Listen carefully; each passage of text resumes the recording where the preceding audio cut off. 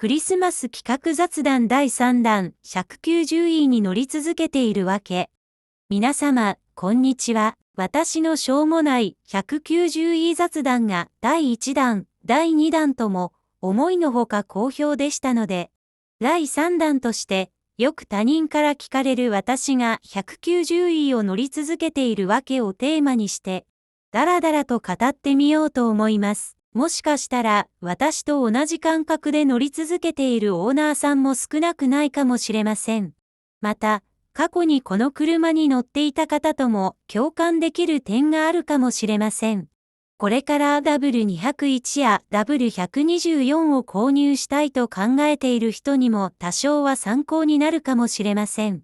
それでは 190E 雑談第3弾を始めさせていただきます。私は 190E と出会う前は、フォルクスワーゲンのゴルフに長年乗り続けていました。ゴルフ2というモデルで、この車が私の初めてのマイカーです。中古車で購入しましたが、私はゴルフを非常に気に入って、一生この車を乗り続けるつもりでした。マニュアル5段変速、エンジン制御は 190E と同じボッシュ製 KE ジェトロニックシステムでした。マニュアル変速による運転する楽しみは素晴らしく、何時間でも運転すること自体を楽しむためにドライブしていました。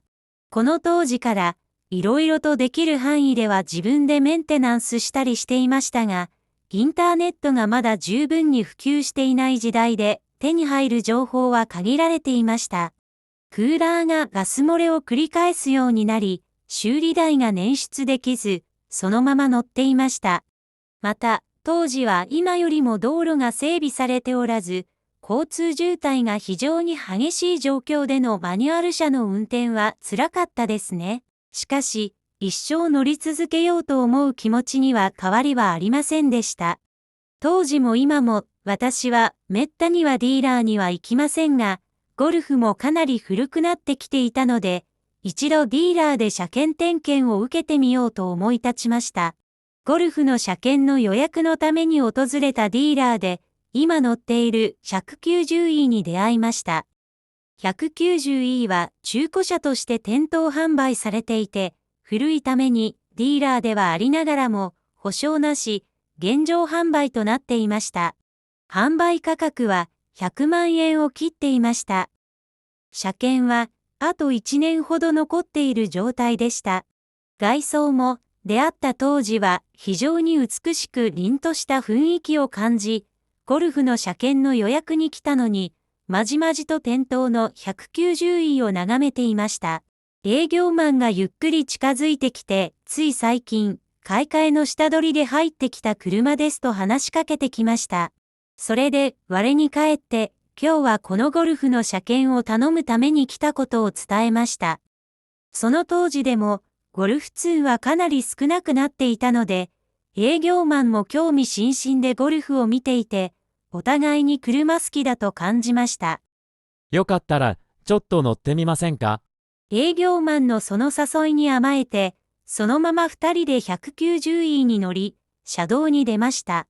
私にとって、初めての 190E 乗車体験です。ゴルフと比べて高級感のあるインテリア、圧倒的な静粛性、しなやかでまろやかなソフトな乗り心地に驚きました。一回りしてきて、ディーラー店舗に戻ってきた時には、この車を買う決心がついていました。諸費用込みで100万円ほどの見積もりをもらい、当時も余裕はあまりなかったので、ゴルフの車検費用として用意してきた25万円を頭金にして、残金は36回分割ローンで支払うことにしました。2週間くらい納車整備と事務手続きにかかり、ついに 190E が納車されました。納車整備項目は凄まじく、営業マンから説明を受けた際に3ページにわたる整備交換した場所とタイムカードのような所要時間が記録された紙を受け取りました。これがその資料です。これらの部品交換や工賃は私から頼んだエンジンマウントとミッションマウント以外はすべて車両価格に含まれていて追加の請求はありませんでした。現状販売にもかかわらず、壊れていた部分はクーラー吹き出し口の割れに至るまで、すべて修理されていました。納車整備に要した時間を打刻したタイムカードの記録です。その合計時間は18時間を超えていました。納車整備時に込み込み100万円ほどのベンツにもかかわらず、これだけの修理と整備が追加請求なしで行われていることに驚きました。柳瀬のレバーレイト、時間あたりの工賃は約9000円らしく、そうなると作業工賃だけでも18時間で16万円余りになります。さらに前のオーナーが倹約家だったようで、乗り換えた車にフロアマットをすべて使うと言って取り外されていたために、柳瀬は無料で新品のフロアマットを前後ともにつけてくれていました。また、前のオーナーに取られてなくなっていた取扱説明書とそれを入れる純正ケースまで無料で新品を用意してつけてくれました。何も言わずに採算度外視で、これだけの納車整備をしてもらったからには、この車を大切にしなければならないと強く感じました。それから20年以上、私と 190E は人生を共にしてきました。購入当時に納車整備してくれたメカニックは、その後、メンテナンス窓口係、通称フロントマンとなり、そしてついに昨年、定年退職を迎えることになりました。